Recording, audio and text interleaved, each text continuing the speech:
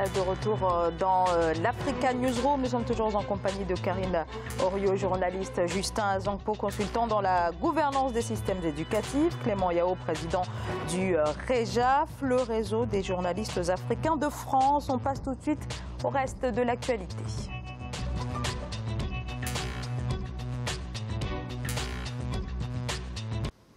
Il y a quelques semaines du prochain sommet de l'Union africaine, l'avenir des relations commerciales entre les pays africains est débattu à Dakar. Il est question de la zone de libre-échange lancée au mois de mars. Comment renforcer les échanges encore en deçà de leur capacité? 15% des échanges totaux dans un marché pourtant de plus d'1 milliard d'habitants. Question posée par les ministres africains du commerce en charge justement des négociations. Ibrahima Djoumaba. La 6e réunion des ministres du commerce en charge des négociations de la zone de libre-échange continentale a été ouverte ce dimanche 3 juin 2018 à Dakar, au Sénégal. Objectif, finaliser les annexes du protocole sur le commerce des marchandises, sur les règles et procédures de règlement des différends et d'élaborer la liste des secteurs prioritaires sur le commerce de services avant leur présentation en juillet 2018 au sommet des chefs d'État de l'Union africaine à Nouakchott, en Mauritanie. En 2018, l'Afrique devrait normalement être à mi-chemin dans la réalisation du marché commun après l'harmonisation des systèmes tarifaires et non tarifaires entre les communautés économiques régionales et la création d'une union douanière continentale. L'ouverture commerciale et économique au sein de l'espace africain peut être une des solutions à nos nombreux problèmes de développement économique et social. 24 ministres en charge du commerce et des représentants des autres pays de l'Union africaine prennent part à la réunion de Dakar, alors que 44 pays sur les 55 membres de l'Union africaine avaient signé l'accord instituant la zone de libre-échange continentale en mars 2018 à Kigali, au Rwanda. La zone de libre-échange doit définir le cadre dans lequel le secteur privé peut évoluer. La zone de libre-échange est faite aujourd'hui principalement pour le secteur privé. En rétablissant les équilibres en fait entre l'influence des sociétés étrangères par rapport à l'influence des sociétés africaines, on donne une opportunité aux sociétés africaines de pouvoir s'investir et de pouvoir se développer. Il faut faire de la prospection, il faut aller analyser les autres marchés africains, analyser quels sont les besoins des marchés africains et pouvoir travailler de manière à pouvoir répondre à ces besoins-là. Il faut aussi que le secteur financier soit en mesure d'accompagner ce secteur privé-là, puisqu'aujourd'hui, on sait qu'une des faiblesses du secteur privé, ce qui nous handicape, c'est l'accès au financement. Selon le ministre ivoirien en charge du commerce, Souleymane Diarra Souba, le niveau du commerce intra-africain va augmenter de plus de 52% en 2022. Selon le Premier ministre sénégalais Mohamed Boun Abdallah Dionne, l'Afrique ne pèse qu'autour de 5% du produit intérieur brut mondial, avec 17% de la population mondiale, pour moins de 2% des investissements directs étrangers et moins de 2% du commerce mondial. Les échanges intra-africains sont estimés à moins de 16%, alors que dans les autres continents, ce niveau dépasse la barre des 60%. Alors, est-ce que le grand défi pour rendre cette zone de libre-échange véritablement effective n'est pas de convaincre la dizaine de pays dont le Nigeria et l'Afrique du Sud, les deux plus grandes économies du continent, d'y participer? Non, je ne pense pas que le seul défi ce soit à ce niveau-là. Je pense que la première chose déjà, c'est d'ouvrir les frontières entre ces différents pays. Quand vous êtes chef d'entreprise, vous êtes commerçant et que vous voulez faire, notamment, vous voulez ouvrir ou vendre vos produits dans le pays voisin, des fois c'est compliqué. On ne vous donne pas facilement le visa. Et quand on parle d'harmonisation des systèmes dans tous ces pays-là, c'est déjà ces choses-là qu'il faut mettre en place avant. Le problème n'est pas que l'accès au financement, parce que quand vous habitez dans un pays au Sénégal, que vous voulez faire des affaires en Guinée, peut-être qu'entre ces deux pays, vous pouvez facilement voyager. Mais les commerçants vous diront que dans la réalité, c'est beaucoup plus difficile que cela. Vous voulez-vous ouvrir une entreprise, que ce soit en Côte d'Ivoire, on va vous dire 48 heures, dans un autre pays, on va vous dire 72 heures.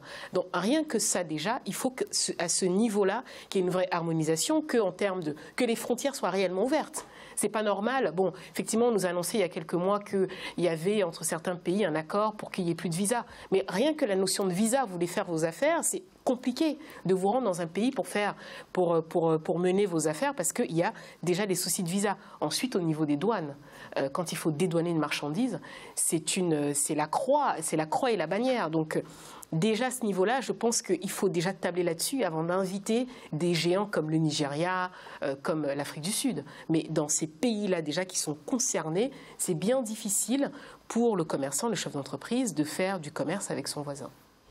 Clément Yao, il reste encore... Oui, effectivement, elle a touché vraiment aux problèmes vraiment cruciaux qui touchent un peu cette zone de libre-échange au niveau continental. C'est vrai, il y a beaucoup d'obstacles à lever, notamment d'abord au niveau du déplacement des personnes.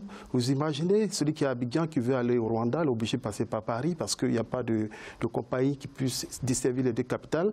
Pour aller simplement, c'est tellement compliqué que, bon, maintenant pour arriver un peu à tout ce qui a été décidé à Dakar, c'est vrai que c'est déjà un premier pas de pouvoir donc créer ce marché commun, cette intégration économique. Mais effectivement, c'est vrai que la démarche est assez lente. C'est un peu sur le modèle européen que nous voulons copier, mais je dis que d'abord en interne, il faut que les pays soient assez organisés. Quand on prend les pays, ils ne sont pas au même niveau, au niveau du cercle de commerce. En interne, il y a beaucoup d'obstacles. Donc, pour pouvoir s'intégrer, il faudrait que les pays eux-mêmes en interne puissent s'organiser. Ça, c'est le premier pas. Ensuite, au niveau des décisions qui sont prises, c'est vrai qu'elles ne datent pas très longtemps de ces zones de libre-échange continental a été décidée, c'est vrai, mais j'ai dit que la lenteur de ces démarches et puis aussi les différents obstacles au niveau politique qui ont été donc, tout à l'heure évoqués par ma consoeur, bloquent un peu tout ce processus et aussi la barrière de la langue qui participent. Donc, il y a tellement de problèmes à évoquer que je pense que les chefs d'État vont se réunir très bientôt en Mauritanie, au niveau de l'Union africaine. Ils pensent qu'ils seront d'ailleurs ceux-là même qui vont donc lancer, enfin booster un peu cette zone de libre-échange qui, ma foi, je pense que si les chefs d'État eux-mêmes ne prennent pas la décision en interne de l'appliquer d'abord à leur niveau, avant donc de pouvoir s'intégrer économiquement parlant, on aura du mal à arriver à ce marché commun que nous recherchons tous. Justin Zankpo. Moi, je dirais, je commencerai d'abord par saluer cette création et l'adhésion quand même de 44 pays qui ont déjà signé ce protocole. Mais le Nigeria, par exemple, qui a refusé, le président Buhari, qui n'a pas accepté pour l'instant de signer, je dirais quelque part, il a eu raison. Ça veut dire qu'il a écouté la voix de son peuple, puisque les entrepreneurs nigérians, la population nigériane n'est pas pour l'instant prêt pour aller vers cette grande ouverture. Alors, moi je dirais que les obstacles, c'est même pas seulement un problème d'ouverture des frontières. Les frontières sont ouvertes, mais ce qui risque de se passer, c'est que nos économies, elles sont toutes concurrentes, nos économies en Afrique. Ce n'est pas des économies avec des industries différenciées. On va vendre quoi? En termes d'industrie, eh bien, nous ne produisons pas grand-chose. La plupart de nos pays, pour l'instant, exportent plutôt des produits, des matières premières, des produits vivriers ou des produits agricoles. Et donc, il faut d'abord commencer par faire un gros travail au niveau des communautés régionales économiques, hein, au sein de l'UMOA, au sein des communautés de l'Afrique de l'Est, etc., pour déjà doper ces économies, essayer de différencier nos économies d'abord pour pouvoir développer les importations inter-africaines. Parce que sinon, qu'est-ce qui va se passer? On va faire cela. On va ouvrir grandement les frontières. Et c'est les multinationales, pour l'instant, qui investissent chez nous. Mais c'est ces sociétés qui vont profiter plutôt de ça. Moi, ma peur, c'est plutôt à ce niveau-là qu'il faudrait se... Karine Oriot. Non, moi, je suis absolument pas d'accord avec vous. La concurrence ne devrait pas faire peur parce que chaque pays a sa spécificité. Et au contraire, c'est en nous associant entre tous les pays africains qu'on peut créer une réelle force africaine. Je vais vous prendre un exemple qui est tout simple. Vous avez le Gabon, par exemple, qui ne produit pas du tout, qui n'a pas de légumes, qui se ravitaille auprès du Cameroun. En quoi est-ce que le fait que des légumes qui viennent du Cameroun sont concurrents avec ceux du Gabon. Et vice-versa, si je vous prends un certain nombre de pays comme ça qui ne produisent pas leur propre riz, par exemple, qui se font ravitailler par, etc. C'est autant d'économies on peut tout à fait trouver comment est-ce qu'on peut travailler ensemble sans nuire aux uns et aux autres. Parce qu'il va y avoir des économies qui vont plus avoir besoin de transformation, qui vont plus avoir besoin de telle ou de telle chose. Donc non, je pense qu'au contraire, il faut arrêter avec des angoisses qui ne servent strictement à rien. Et pendant ce temps, là où vous avez raison, c'est que les multinationales s'installent. Il y a un monsieur, par exemple, en RCA, qui a toutes les compétences pour construire des immeubles, pour faire tout ça. Et pendant la guerre, les multinationales ont fait gonfler les prix, justement, en disant, non, vous êtes dans une zone de conflit, nous, on va tripler les prix par 10, mais l'argent ne reste pas là parce que, finalement, on préfère faire confiance aux Occidentaux. Sauf que, d'accord, il y a des compétences qui sont là. Et les Occidentaux sont partis, c'est à lui qu'on a donné le marché. C'est un exemple qui est assez intéressant. On aurait pu faire confiance à quelqu'un d'un pays voisin, d'Afrique centrale, d'Afrique de l'Ouest, etc.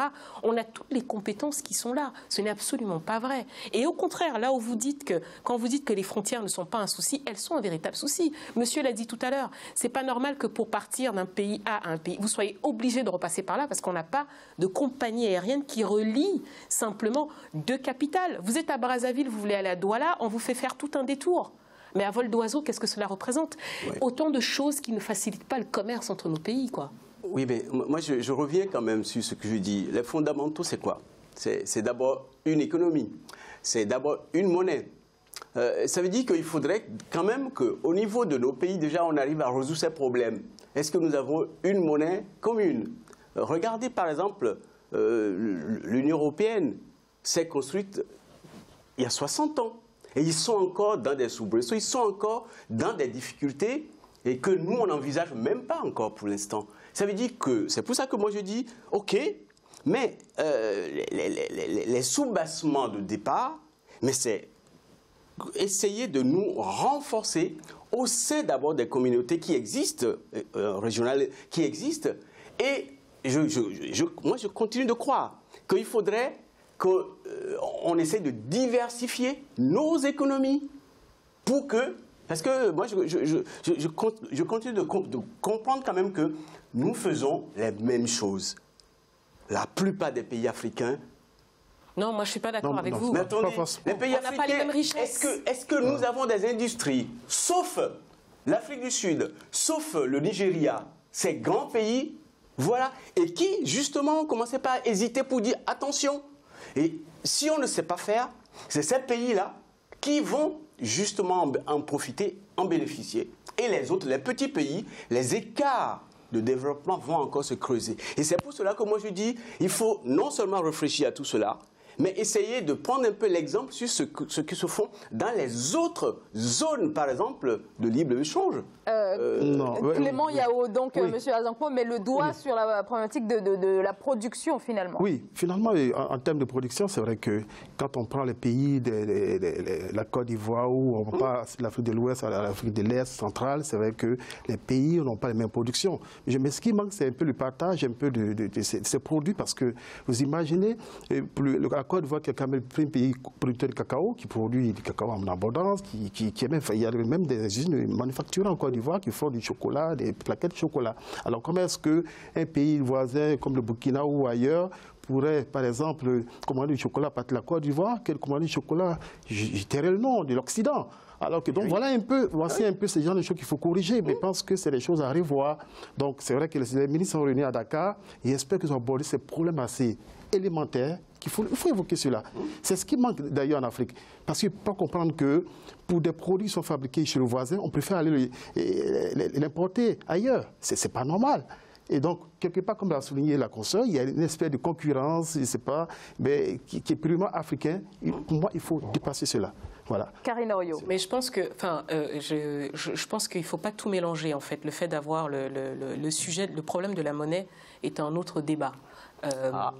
Non, c'est un autre débat. C'est-à-dire qu'on présente, parce qu'on prend en exemple à chaque fois l'Afrique du Sud, le Nigeria, qui sont deux pays anglophones, et on ne montre pas nos exemples de réussite. Il l'a souligné tout à l'heure, le cas de la Côte d'Ivoire. Et quand on regarde même certains pays d'Afrique centrale, d'Afrique de l'Ouest, quand on parle de croissance, il y a quand même des signes qui sont des signes positifs.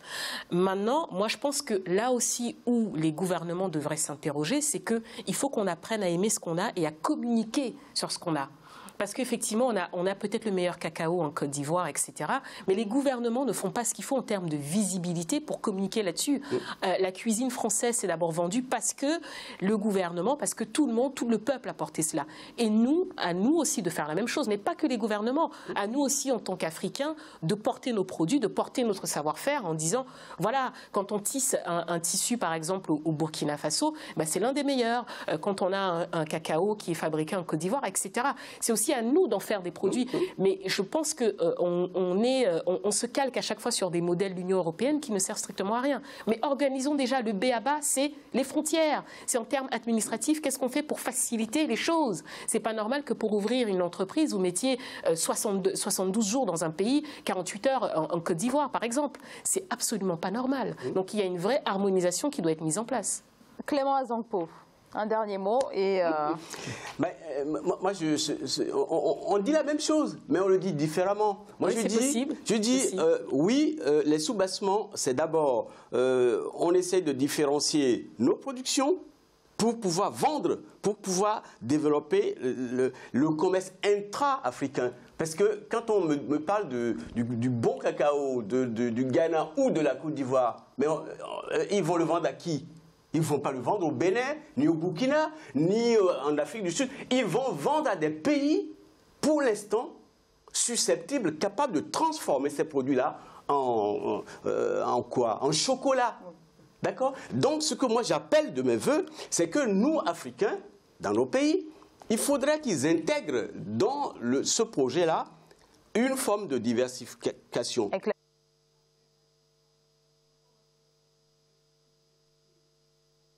De matières premières, eh ben, qui va acheter? Qui va acheter pour produire? Hein? Vous voyez? Et donc c'est pour cela que moi je dis ça. Et l'autre problème aussi, il ne faut pas non plus oublier les zones, hein, certaines régions qui sont moins avancées que d'autres. Et quand je prends l'exemple par exemple de l'Union européenne, c'est que l'Union européenne a quand même permis à des pays qui étaient très arriérés, prenez par exemple la Pologne. Hein, c'est le pays qui dans le cadre de l'Union européenne, bénéficie le plus des avancées. Hein.